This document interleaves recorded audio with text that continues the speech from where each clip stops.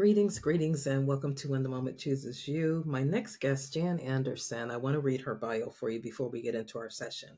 So, Jan Anderson is a Watson Caring Science Institute faculty associate and the past director of the CCEP for Watson Caring Science Institute. She has studied caring science for many years, implementing it into nursing curriculum and teaching.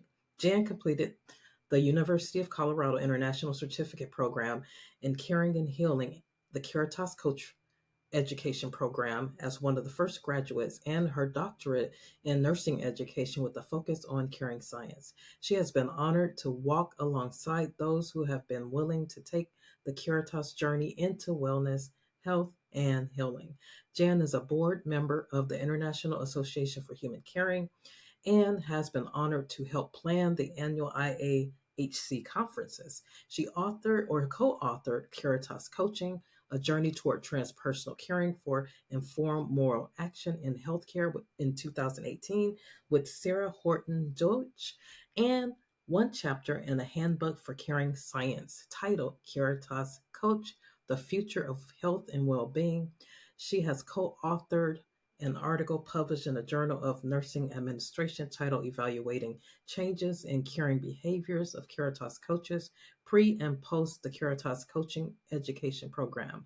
She also has published an article in the International Journal for Human Caring titled Exploring the Application of the Caritas Coach Role in Nursing Practice. Jan is blessed to share individual and collective accomplishments of Caritas coaches around the world to inspire and embrace caring science as a path toward a more biogenic future for all of us. Welcome to the show, Jan. Thank you, Charlene. I'm so honored to be here. I've listened to so many of your podcasts and they've really been inspiring and just so informative. I'm just impressed with what you're doing and thank you for the difference you're making for all of us. Oh, thank you so much. Yeah, I'm so honored because, oh my gosh, let's see, how did I meet you? I met you, I think, through when I went through my cohort at the Caring Science Education Program. I think that's probably the first time that I met you, maybe even before then, because you've been in this journey for quite some time, which now I'm going to pause and have you tell us a little bit about yourself, and then we're going to kind of get in the conversation. But what I do remember about you is your authentic presence and how that care just like oozes through you. It's like, oh my God, look at, she is such a, I mean, you just want to go up and hug you because you're so kind and you're so loving. And so I think those type of people just really attract me. And so when I was in the program, I remember seeing you and just thinking, oh my God, her heart is so huge. So tell us a little bit about your journey as far as who you are. Thank you for saying that. That's so sweet. You always, I don't know, I always second guess myself on how I am. And that's the one thing that carrying science helps us to do is to realize what our energy is and how we're presenting ourselves in the world. And so it's good to hear that because you don't really ever know unless somebody tells you. Yeah. Um, but my journey started in the 80s when I first met Jean. I saw her at a conference. I taught nursing for many, many years. I was a nurse for maybe about 5 years in acute care. And I knew there was something better, but I just didn't know what it was. And so she really offered another perspective on what nursing was and how to teach nursing. Because I don't know about you, but nursing education has sometimes been harsh. Yeah. It's kind of survival of the fittest kind of thing, and it doesn't need to be that way. And people know that now, but they didn't know that then. So I taught for many, many years. And then, as you and I discussed, there came a time when it was time for a change for me. And I had taken the Caring and Health certificate with Jean at Boulder for, um, in the 90s, late 90s maybe, and had her over to Santa Barbara where I taught, and I was the director there. And we changed the curriculum and added caring science. Hmm. And she's just amazing.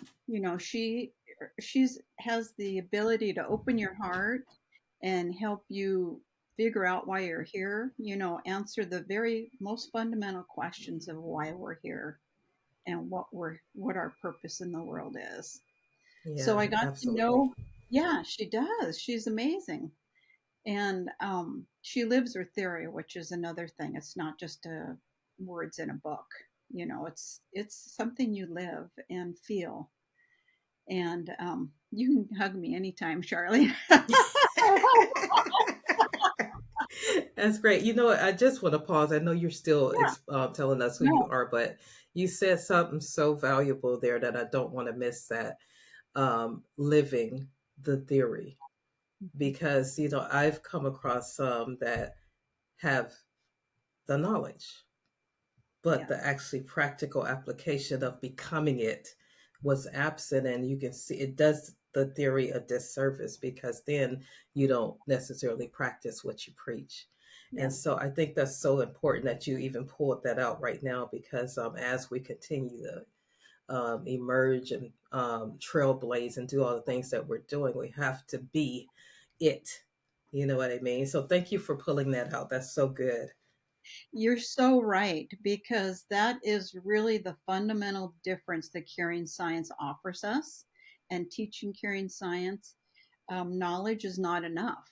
Knowing the definitions and the descriptions and being able to answer the questions on the test, the data and information, that's only the very fundamental level. But what caring science does is add that experience and subjective, emotional, inner life that we all have that makes the difference in what we learn.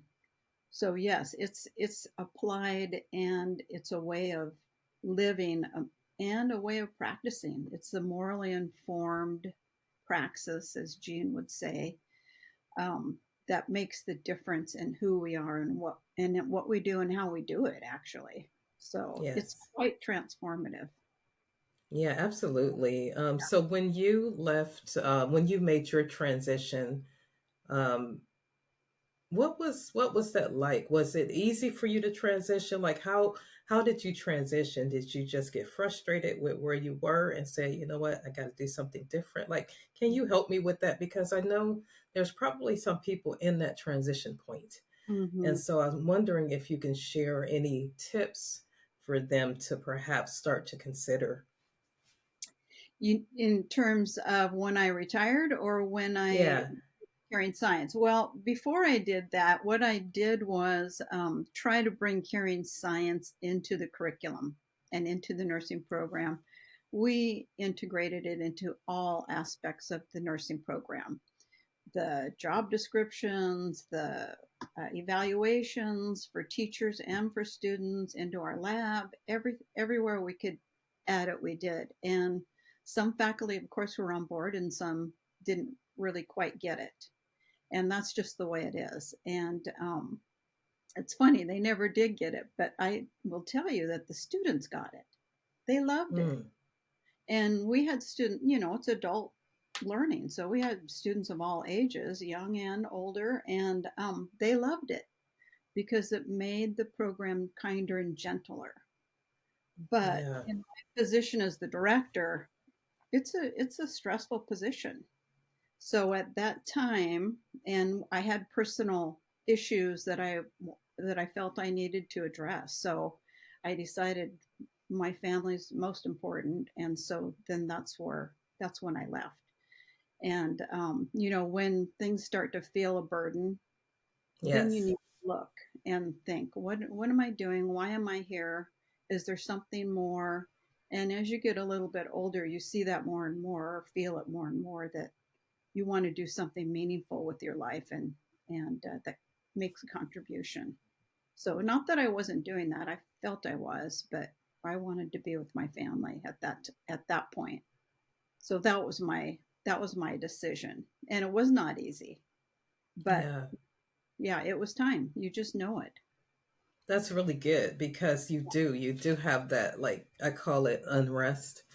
Yeah, That I feel like your soul begins to start trying to get you to say, "Hey, I want you to pay attention to this, year, because I hit that spot a couple of times actually in my profession, and I felt those little. The first one was in 2010 when the organization actually brought in Caring Science, because before Caring Science, I start feeling like, man, okay, is this all there is? There Yeah. has to be more than this.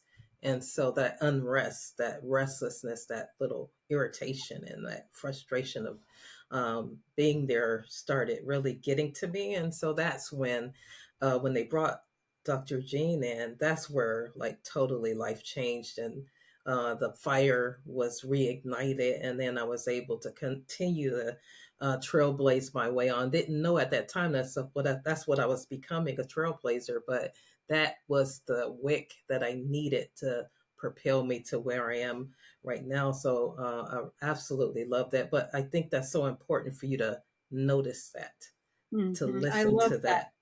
Yeah. Sorry. I love that description because it is an unrest. It's something that your inner wisdom is telling you that there's something more, that you haven't quite found it yet, but you're on the path. Yeah, So, yeah, that's yeah, great. yeah, yeah. So congratulations. I love um, that you were able to listen to that and take action, because that's the step that sometimes doesn't get done. That we don't Yeah. take next step to do something different, be something different. Yeah, well, that's the scary part, Jan. Like, when you do get the awakening or whatever it is, once you recognize the unrest, and then you actually take the time to pause and reflect and say, okay, what's next? Why is this restlessness here? And then it's like you said, the action moves you out of your comfort zone in a big way. And most of us like our little, I call it our little cubby holes that we like to stay in. And so no, you're right. Hey, so I was gonna ask you something, because I've heard this ever since I've been doing Caring Science for practitioners in particular. I'll always hear when we're talking about Caring Science or whatever, you know what, it's too busy. I just don't have time. Yeah. So what would you say to those people that say, I just don't have time? Yeah, yeah, I've heard that a lot too. And yes, in some ways it does take more time because you need to learn about what it means to be a caring science practitioner. And it's not really about the time, I think, that's scary. I think it's the fear of doing what you just talked about, reflecting on yourself and how you are. I think people are, that's a hard journey, and it's a lifelong journey. And to be able to look at yourself honestly and then also to take action is hard. So Yeah, I don't really think it's about the time. I think it's about the fear of going deep and trying to make a difference in a real way, starting with yourself. Because Jan, that is so powerful. That yeah, really is, because that is like ultimately the journey and the quest for humankind, I think, is to really know who you are. But to know who you are, you do have to get quiet enough to listen and to get to know who you are so you can love who you are. So that's such a golden gem there. Thank you for that. yes, yeah. Because I asked that. I had also Janet Quinn. I don't know if you're familiar with Janet Quinn, but I had both Jean and Janet come talk to the faculty, and they're leaders in theory. And I asked Janet, I said, why do you think some of the faculty have so much trouble with this? Because I care about the faculty. I knew who they were. And I loved them. They were great. And she said, it's just that fear of being able to look inside and, see all of who you are, which Yeah, is both positive and negative. And right. so, and then actually taking some action to improve, to become more Yeah. caring. Yeah, that's so powerful. It really is, because I even think about, there's one person that I know in particular, when they start doing the work, they were doing it on a mechanical level. Yeah. And then they finally hit that spot where it was like, oh my God, I had to reflect in the mirror and see how ugly my attitude was. And so I had to like fix that, because that attitude was being reflected on to their patients. And so it was a really transformative journey for them. But I just think that's such a critical juncture that you're talking about right now, because when you meet me, I want you to meet all of me, the Mhm. authentic person that I am. And so I don't want to be a different person yesterday than I am tomorrow, etc. I want to grow and want to get better. But when I show up, I want you to feel my peace. I want you to feel my love. I don't want you to feel the other negative stuff that really is not me. So, yes, thank you for really unpacking that today. I think that's so critical when we talk about being the work, or Mhm. practicing caring science. Yeah, yeah. And I think that's what the Caritas Coach program does. It helps you to learn and experience what you are. And so you're Yes. able to do it in a safe space. And I always said if people would ask me what I did, I would say I create safe space so that people can end up loving who they are and the world around them because that's what they want to do. They really Yeah. do. But they're just afraid. So Yeah. you offer Yeah. space Thank you. to allow that. Yeah, it's great. Yeah. So I've seen a lot Yes. of transformation. I love it. Yes. I know you have, because you said since 19, did you say 80 something 80 when you when I first started? met Jean, and Wow. then I took some classes from her. And then when she started the coach program, she called me and said, "Oh, I'm starting this program." I said, "Sure, I'm in." And then I've been with her ever since. And she's just amazing to me. I just got her new book, and Yes. she gives us the language, but the language can be difficult. The metaphysics of Watson Unitary Caring Science. Yes. And what is she talking about? But if you take a look and bit by bit, it becomes more clear.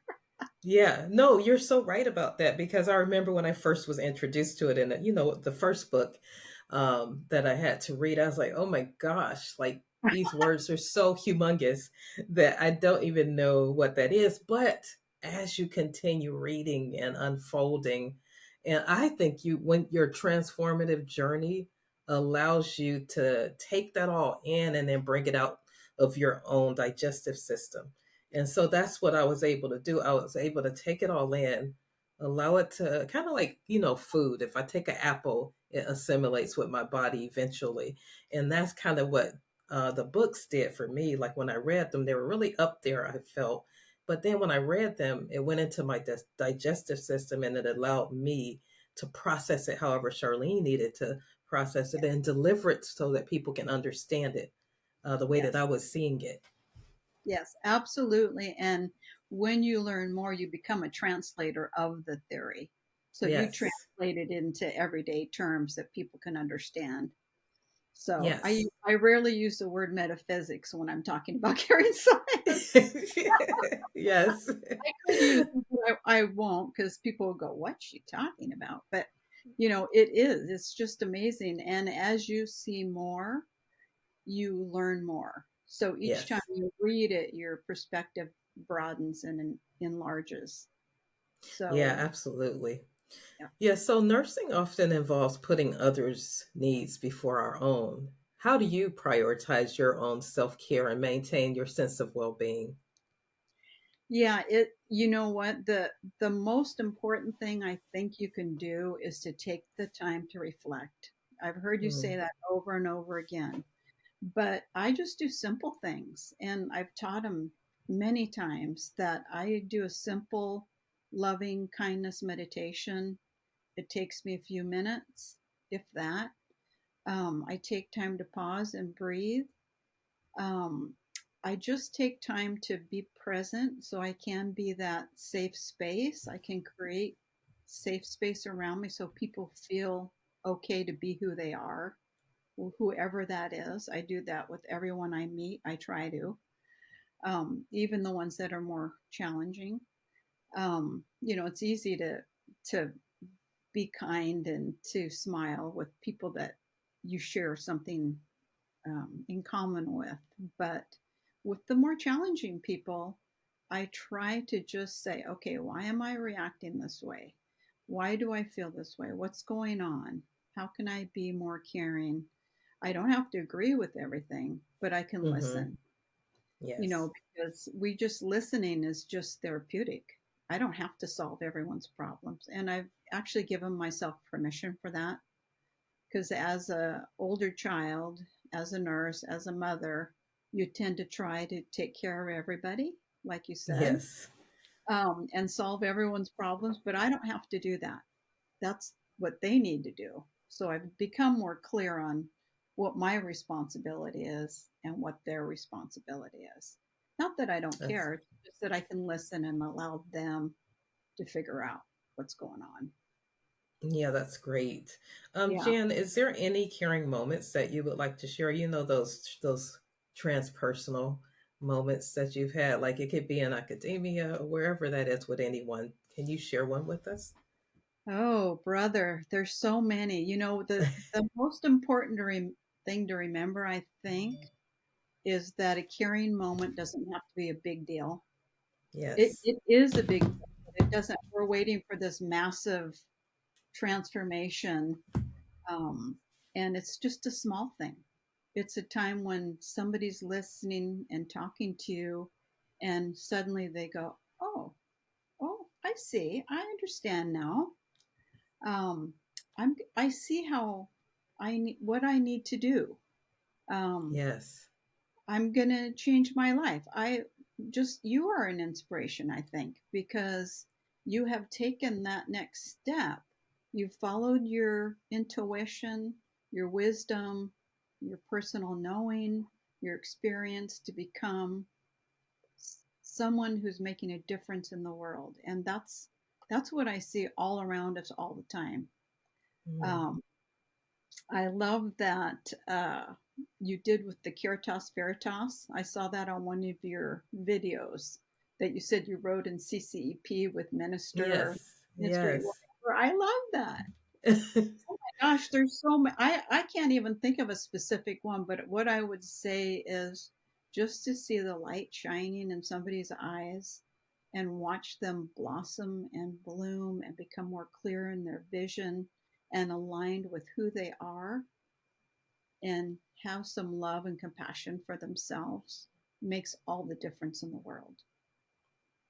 So, Yeah, that's beautiful. And that's why I'm so grateful and I'm so honored to have you here, to be honest, because the work that you guys are doing is so life transforming. And so, like, when you've had a taste of it, you just want everyone else to have a taste of it. Like, when you see, like, for me as a practitioner there at the bedside or I mean, because I'm a nurse leader, you see the need so strongly.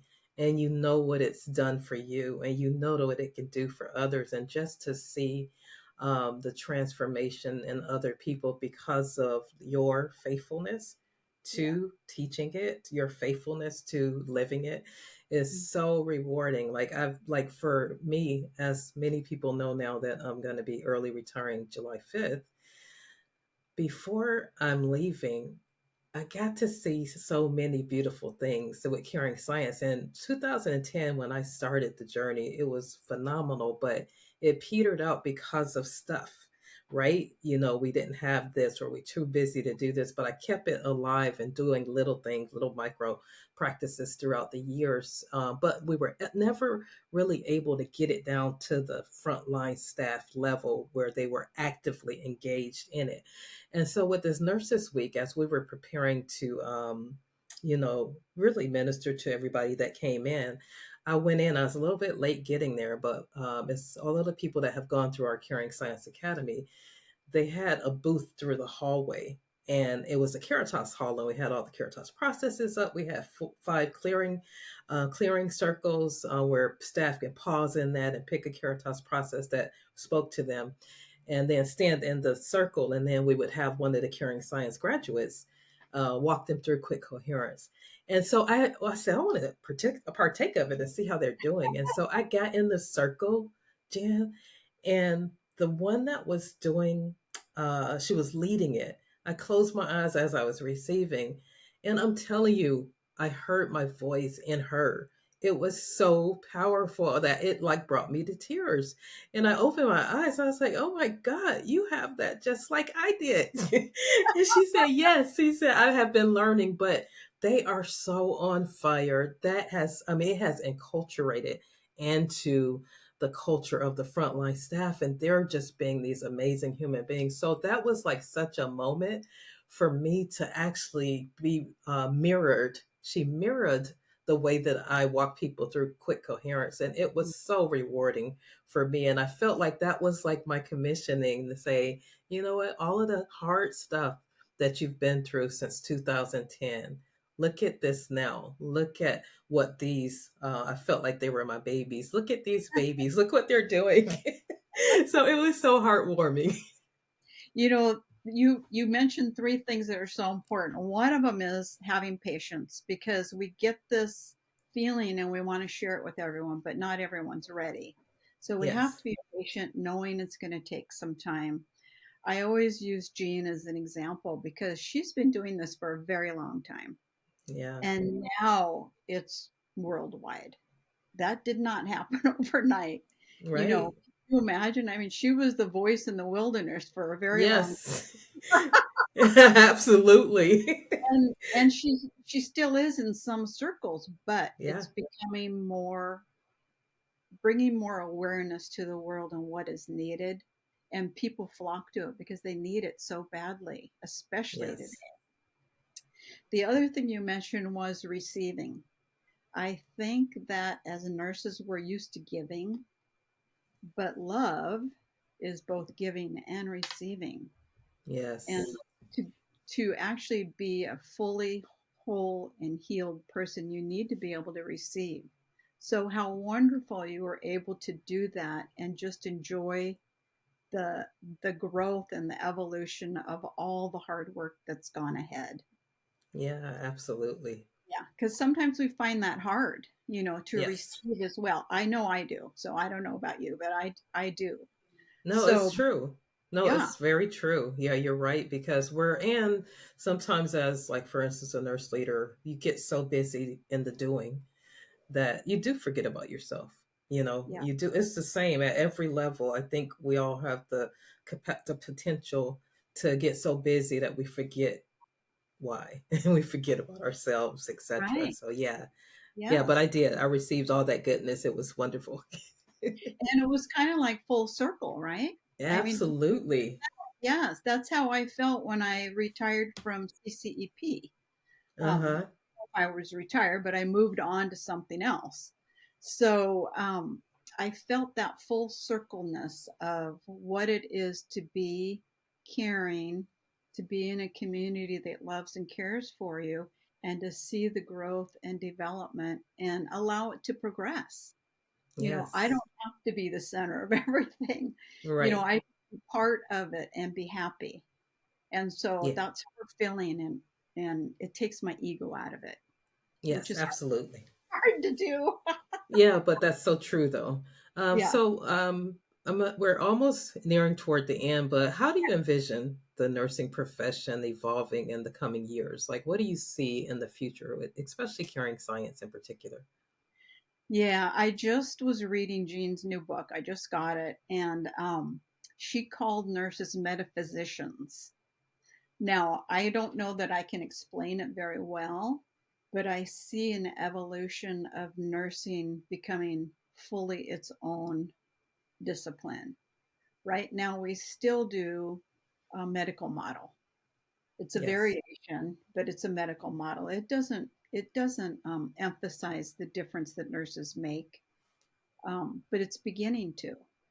Yeah. And when you look at the global expansion, I know you had Julie and Lori on talking about South America, but Watson Caring Science is everywhere in the world almost. Yeah. You understand that the unitary field is being affected by all these people who are becoming more conscious, more aware of what health is, what healing is, and the difference between what nurses and doctors do. Not that one's better or worse. We are collaborators in this field. We understand that nurses offer something different. And Yes. ask any patient, they know that as well. So, or ask ourselves as patients. We offer healing at a more holistic level, and really back to the metaphysical level. It's a higher energetic for what we offer. But again, we Yes. have to have those micro practices and those ways of applying it, and that translation of the theory into um, the practical level. Because Jean, when you talk and read her writing, it's way up here. It's in Right. the ether somewhere. It's in the spiritual domain, but we're down here in the physical world, and so we need to translate it into ways that make sense, that people can understand. So the more practitioners, curing science practitioners, the faster and that this transformation will happen. So Yeah. you're leading the way. Every Curitas coach is leading the way. Every Curitas practitioner, they're showing and helping people realize there's something different that is happening that is needed. So that's our ethical covenant, our ethical and moral covenant with society, that we do more than just cure people. We heal them, whether Yes. they're cured or not, basically. Yeah, So, that's beautiful. Yeah, well yeah. said. Absolutely. And then I'd like to end on three wisdom gems that you could possibly provide to anyone out there. It can. I'm gonna actually leave it open, Jan. Whatever you want to say for your three wisdom gems, it would be something like Jan's top three. I would say find your community. This what you said, you do these interviews, these podcasts, because it keeps you connected to the people who are making a difference, to people who share your feelings and thoughts about what's possible. It gives you Hmm. hope in what is going to happen, and provides a direction.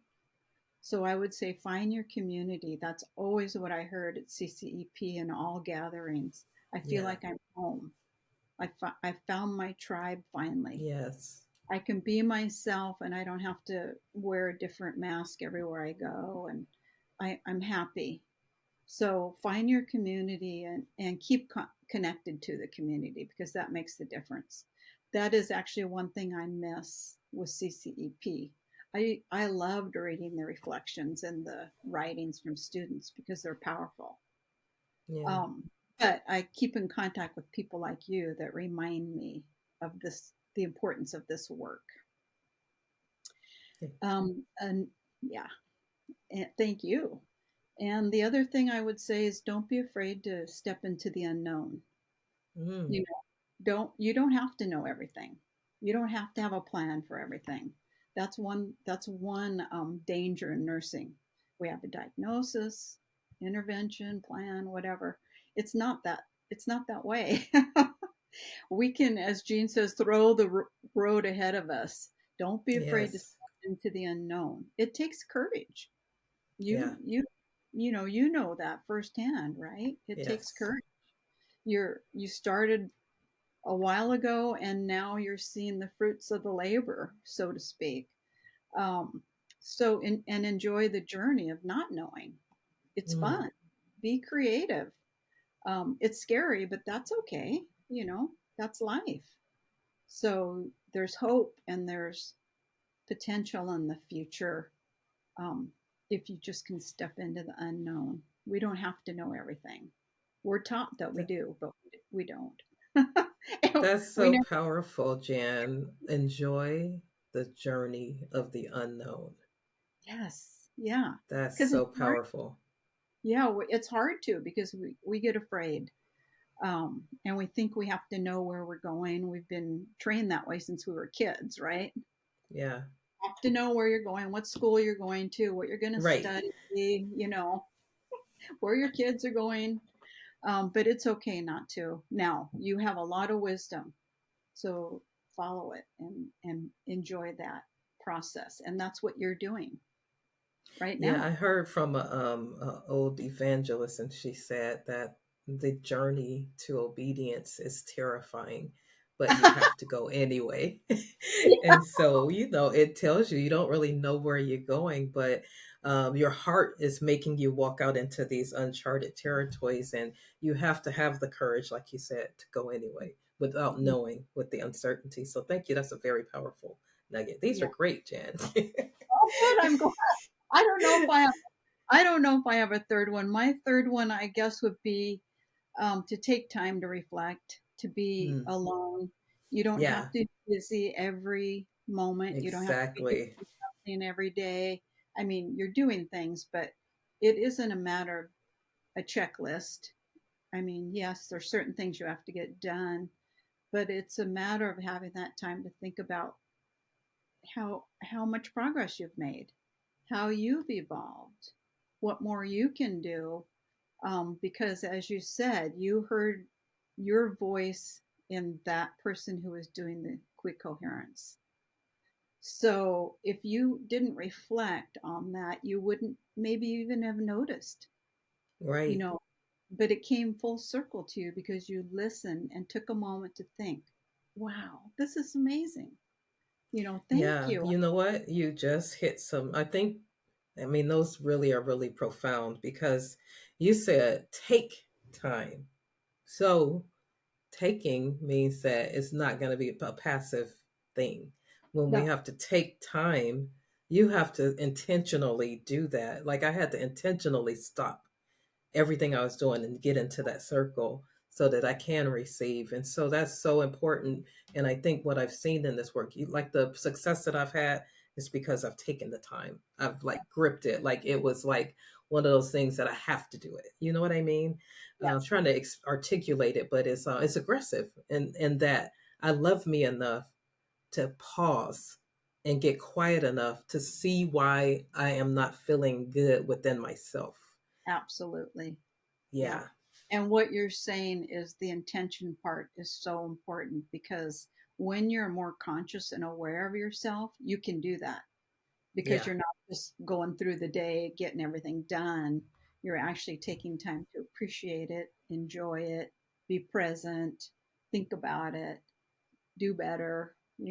It's you there's so much there, but we don't sometimes even notice because we're so darn busy. Yeah, yeah. Wow. This has been so wonderful. Thank you so much, Jan. It was Thank you. such an honor to have you on the show. Finally, yay. Yay, I'm so glad to get to know you a little too, Charlene. It's wonderful to see you and thank you. You are welcome. This is just so awesome. So, all of the nurses out there, as we approach, I mean, I know Nurses Week is over, but really the work that we do is not over. We touch lives every day, every time. I mean, even when we're not at work, we're touching lives because everybody knows that you're a nurse, so they're calling you.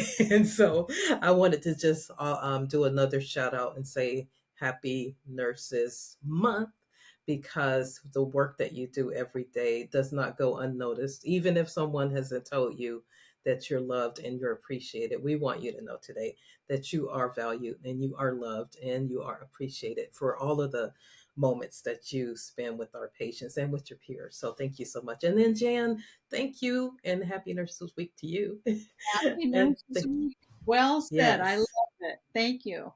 I hope you enjoyed this compassionate, powerful conversation with Jan Anderson. It indeed was such a rich conversation. I have to let you know that they have just authored a book, or she is the co author of Human Caring Through Healing Haiku, Mindful Journaling for Healthcare Providers. And so, her and Jeanette Moreno, which hope to see her soon on the show, this book was a labor of love and is dedicated to the nurses and healthcare professionals who integrate unitary caring sciences into all that they offer to our profession in healthcare. They both have seen the difference theory guided care makes and how caring science can help support, care for, and heal those for whom healthcare has also taken a toll on. As we have explored this month, Caring Science, it helps us to learn to balance the give and take, keep our hearts open, and most importantly, take care of ourselves so that we can take care of others. So I had to make sure that you know of all of the dynamic work that Jan is also doing. So if you would like to purchase a book, I will put the link down in the description, and I look forward to bringing them back on the show so that we can explore more about their book, of the why that they wrote it. And thank you so much for listening to When the Moment Chooses You.